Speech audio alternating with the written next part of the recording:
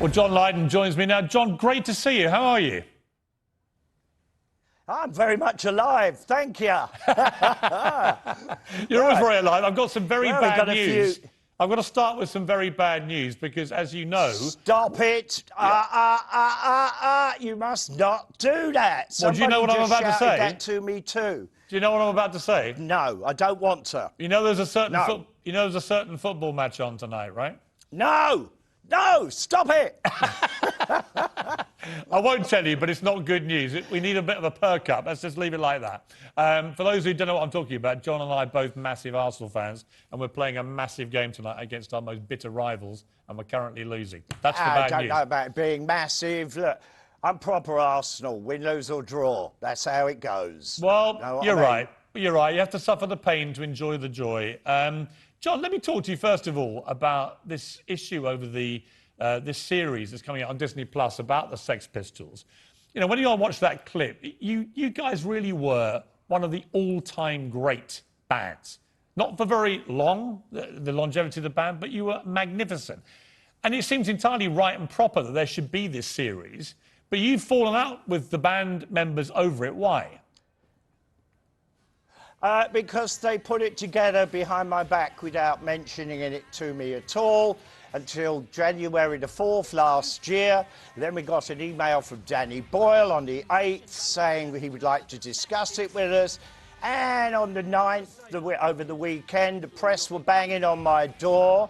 And on the following Monday, it was released all over the internet as a done and dusted deal. Actors were appointed, scripts were written, plots were fully covered, but without me. So this TV series, they could call it a documentary, I'd prefer mockumentary, is completely without me contributing in any way, shape or form.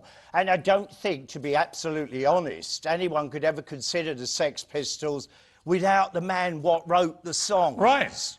Well, I completely agree. I mean, it's absurd. It's a great shame because Danny Boyle's doing it. He's a top director. You know, I don't know. Have you seen any of the series? No, I haven't been allowed to see anything at all. No scripts, nothing.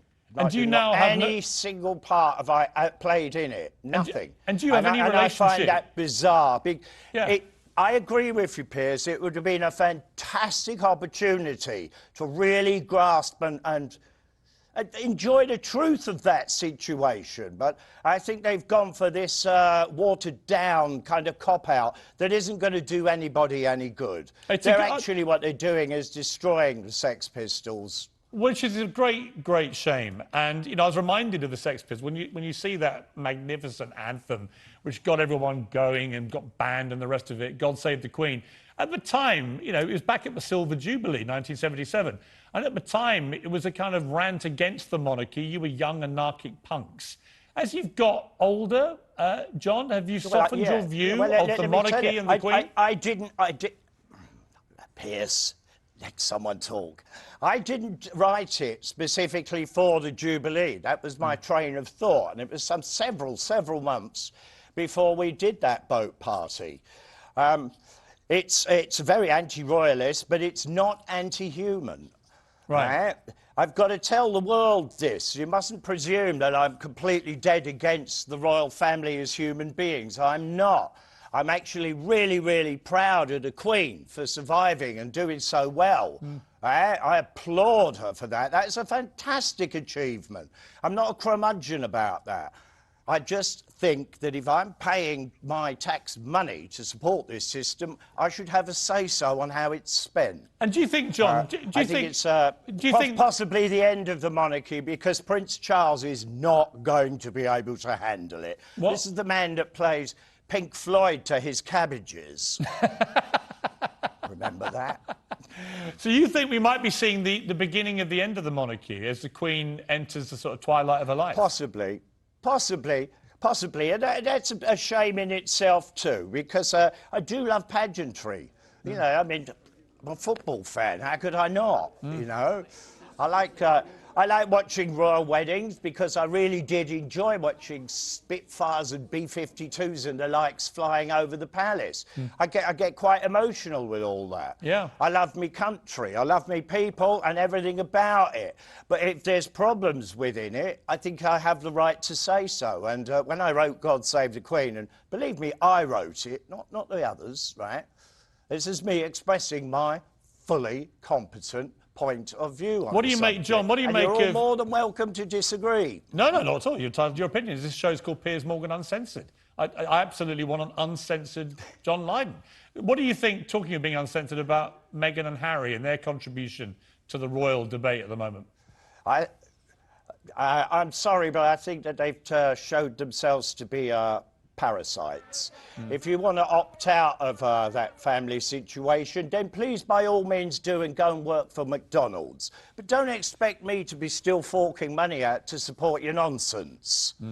They seem to be amazingly ungrateful, or at least he is. Right? And as for the sex scandals involving the other son, well, you know, less said, best said until that turns up in court. I think as public figures, if you don't want to be a public figure, then shut your mouth. What do you make, John, of the... It was a survey came out today about woke and wokeness. 36% of the public, apparently, in the UK think that woke is an insult, but 26% think it's a compliment. Do you identify as woke? Well, certainly not. My advice to the woke is to please wake up. It's a lot of typewriter warriors on the internet, isn't it? Doing this stuff and creating idealised fantasies for themselves in the privacy of their own bedrooms that their mum and dads are paying for. And unfortunately, left-leaning politicians have grabbed onto that and seen that as their new potential voter base.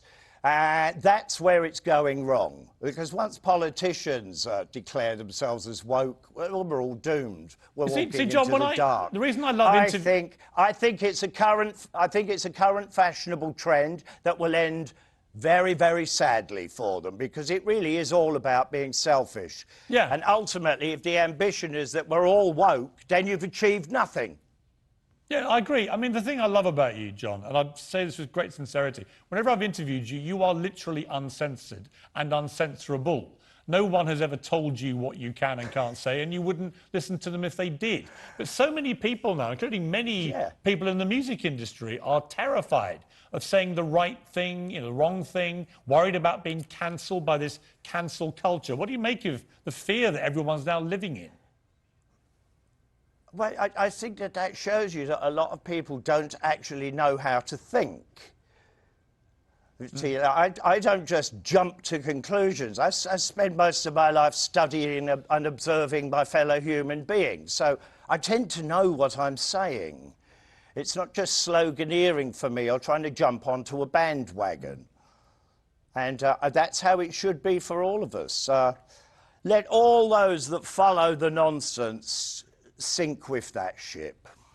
Now, John, I wanted to just end by mentioning that Madonna, another sort of bad rebel of music, if you like, has released some NFTs, these non-fungible, whatever they are, tokens, apparently of scans of her genitals.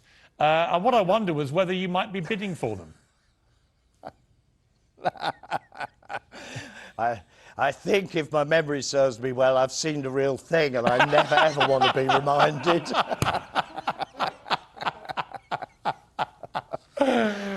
John Lydon, as always. NFTs, NFTs interesting to me because I'm getting involved in it myself, because I'm a bit of a painter on the side, and I'm raising money for Alzheimer's victims for an organisation called Spitz out of Islington, you know, the area I was brought up in. And we'll be sending musicians to the local care centres. Brilliant. And because music, as I well know, my wife with Alzheimer's now, music helps her brain open up and get her thinking. Don't let people with Alzheimer's sit and vegetate. Involve them in things. Yeah. And so, yippee, I found a way to do that, not only for my own wife, but with other people. That's and brilliant. also, I'll be planting trees all over Ireland because there's too many golf courses. And that's an organisation called, it's an organisation called Paramilitary. John, unfortunately, we are running out of Emphasis time. is But on finally, tree. I wanted to ask you one question. If you could relive one moment from your time with the Sex Pistols right now, which moment would you choose? I suppose the first day's rehearsal, right? When I became alarmingly aware that these lads really hadn't much going for them, and I had a golden opportunity to use all the writings and thoughts I had in my head and put it to music.